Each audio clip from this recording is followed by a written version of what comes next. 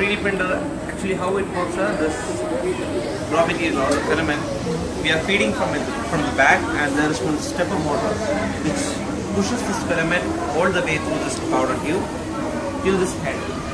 And this head, you can see the tip of the head, it's metal. So before it starts printing, the metal will be heated to such a temperature that it melts this temperature, this material to a level of molten steel. So it will be printing layer by layer. By layer means like it converts this solid model.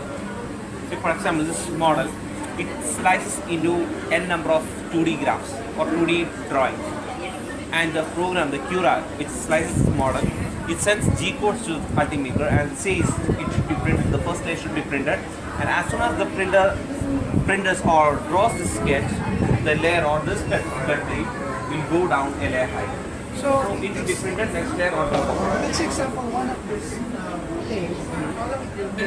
For this, it will be like maybe 7 to 8 hours. Oh, really? Yes, it will take time. 7 to 8 hours, just one. Yeah, then because no What's the other biggest- manufacturing process can make this model in 8 Yeah, hours. yes. What's the biggest that you've already produced? This This is the one, yeah. So how long it this It takes? took around 226 hours. What the? We have printed in parts and we have assembled it. So you mean Ah, all the okay, parts, alright. right? Yes. Printing parts by You parts. see them. Exactly. Different. Oh, So virtually, see the color. there is no size white. limitation. Yeah, Exactly. so dirty white. Ah, okay. You can print homemade in 3D. Yeah, using these machines. 3D print. Yes, every model. Like The that. engine model, castle model, and we do have the carbon fiber filaments, metal filaments, wood, even the wood.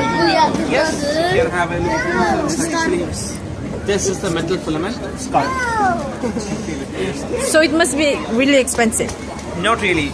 You can have this spool around for 200 to 50 dirhams. Which one? The machine. No, for the spools, the material. Okay, the spool. Yes. Ah, okay. So what's the feasibility of really using this on a daily? On a daily basis, if you are saying that we can print a number of things, like my friend, he's using this 3D printer to create shower heads, flower vase, base for the furniture, okay. everything. So for education, you can use this for demonstrating some working models. Like this is a sine wave creator. Okay. Actually, to demonstrate the kids how a sine wave is working. No, but you need to have a program. You need to Not along actually. with this it comes with Not the actually, program. if you have a 3D model or if you have a designer or a 3D scanner, this is a 3D scanner Okay. as such. So if you wanted to scan a model, we can get this scanner. Actually, this is we have one of our guys has scanned this his mobile phone actually. And Touchscreen. yeah, even you can project it here. It will be coming out here. Like a hologram? Yes. So the doctor, you mean? I am so amused now. Wow. Really? So there are many functions which you can have access through here. Uh-huh. Many other functions are there. I'm sorry, like right now it will take time to load. Auto detections, right? Sorry? Auto detection. Yes.